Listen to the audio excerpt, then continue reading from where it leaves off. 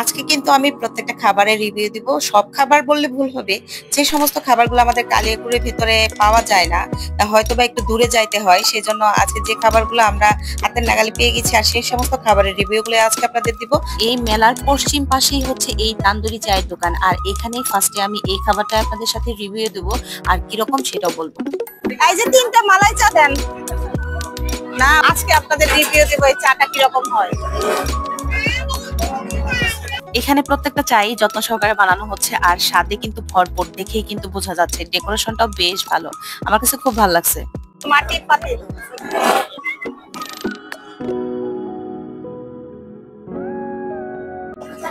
এই যে আমার চা,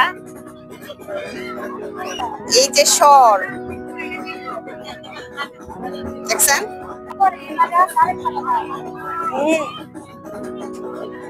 সেই স্বাদ সত্যি অনেক মজা, একদম আইসক্রিমের স্বাদটাই পাইতাছি।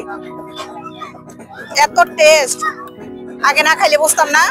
আসলে ওনাদের চাটা অনেক ভালো, মালাই চা।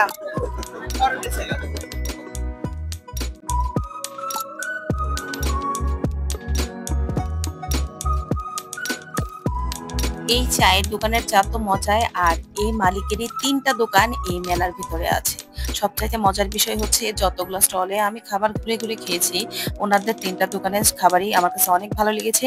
এই যে আরেকটা আইসক্রিমের দোকান, এটাও কিন্তু ওনাদের, আরেকটাও দেখাবো।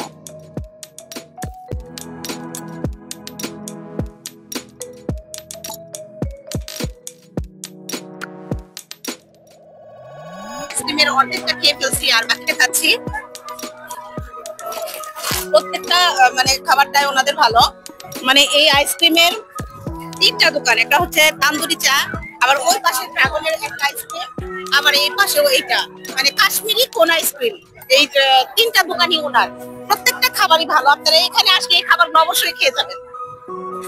এখন কিছু খাবার খাবো, তার মানে এই আইসক্রিম, ভাইরাল আইসক্রিম, এটা আগে মির্জাপুর ছিল, আমরা এই আইসক্রিম খাবো।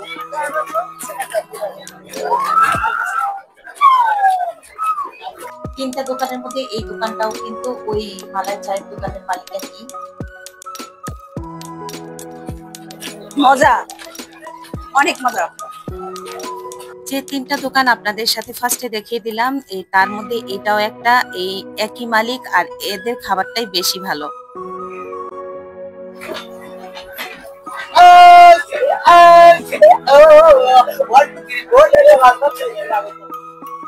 আর এই দোকানের খাবারটা হচ্ছে ধোয়া ওঠা, জাস্ট শুধু একটা আনন্দ আর একটা অন্যরকম ফিলিংস। তো যাই হোক, এটাই কিন্তু সবাই টুকটাক খেয়ে আসি যে এই ধোয়াটা অবশ্যই অন্যরকম একটা মিষ্টি একটা স্বাদ থাকবে। তো আমি এখানে যা স্বাদ পেয়েছি তা হলো শুধু একটা মাত্র ধোয়ার ফ্লেভার, তাছাড়া অন্য কিছু না। তবে এইটা আসলে একটু ফানির জন্য হলেও সবাই খেতে আসে। এইখানে আমি এই খাবারগুলো খাওয়ার পর চলে আসি আমি লুচি আর চাপ খাওয়ার জন্য। আর এখানে আমি এই খাবারগুলো অর্ডার দিচ্ছি। খাবারের মানটা কিরকম খাবার খাওয়ার পরেই বলবো। লুচি আর চাপ খাবো, আর এখানে প্রস্তুত করতেছে। এটা কিছু করলেন না, মানে মশলা মেয়োনেজ দিলেন না, এই মানে বাইরের মতো না, অন্যরকম একটু। মেলা বলে কথা। এখানে আমি খাবারটা এত আকর্ষণ করছিল যে লুচি খাবো সাথে চাপ, আর এখানে সালাদটা দিয়েছে আপনার টমেটো সস দিয়ে। এখানে কোনো প্রকারের মেয়োনেজ বা ওইরকম কোনো কিছুই দেয় নাই। মেলায় তো একটু রান্না বান্নার চাপ বেশি থাকে যার কারণে। আর আমার খাবারটা দেখে আপনারা ভাবতেছেন যে খাবারটা অনেক সুস্বাদু, মোটেই না। এখানে যে চাপটা নিয়েছিলাম এটা মাংসের একটু গন্ধ ছিল, তো ওনাদের ভাজা হয়নি। জানি না কি কারণে, মাংসটা কি নষ্টই ছিল কিনা জানি না, তবে আমরা এটা এরকম স্বাদই পেয়েছি তাই বললাম।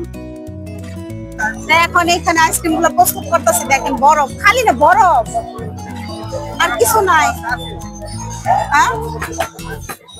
আমার ভাই রে ভাই, এই আইসক্রিম তো ফেসবুকে পুরাই ভাইরাল। আমি ভাবছি এই আইসক্রিমটা না জানি কত টেস্ট হবে। তো আমি যাই হোক, তো এটা আমি খাবো, খাওয়ার পরে আপনাদেরকে একটু রিভিউ দিব যে এর স্বাদটা কিরকম। তো আমি ভাবছি আইসক্রিমটা অনেক মজার হবে।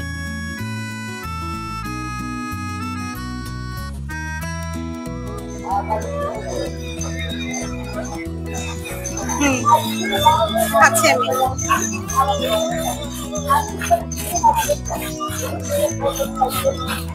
এর স্বাদটা কিরকম আমি বলতেছি, ওই যে রোয়াবজা আছে না, রোয়াবজার মতো।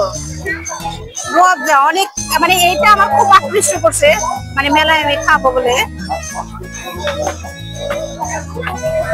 তাই আমি এই আইসক্রিমটা মানে ধরছি, আমি খাইতে পারি নাই, এখন মানে ফেলে দেওয়া ছাড়া কোনো উপায় নাই। এখানে আমার আমের আচারটা বেশ ভালো লেগেছিল, আর সেই ভিডিওটা স্কিপ হয়ে গেছে। আর ফুচকা চটপটির কথা কি বলবো, সেগুলো আমার কাছে গন্ধ লাগছে, সেজন্য আজকে এ পর্যন্তই। দেখা হবে নতুন কোনো ভিডিওতে, আর সামনের ব্লগে আমি কি কি কেনাকাটা করছি সেগুলো দেখবো।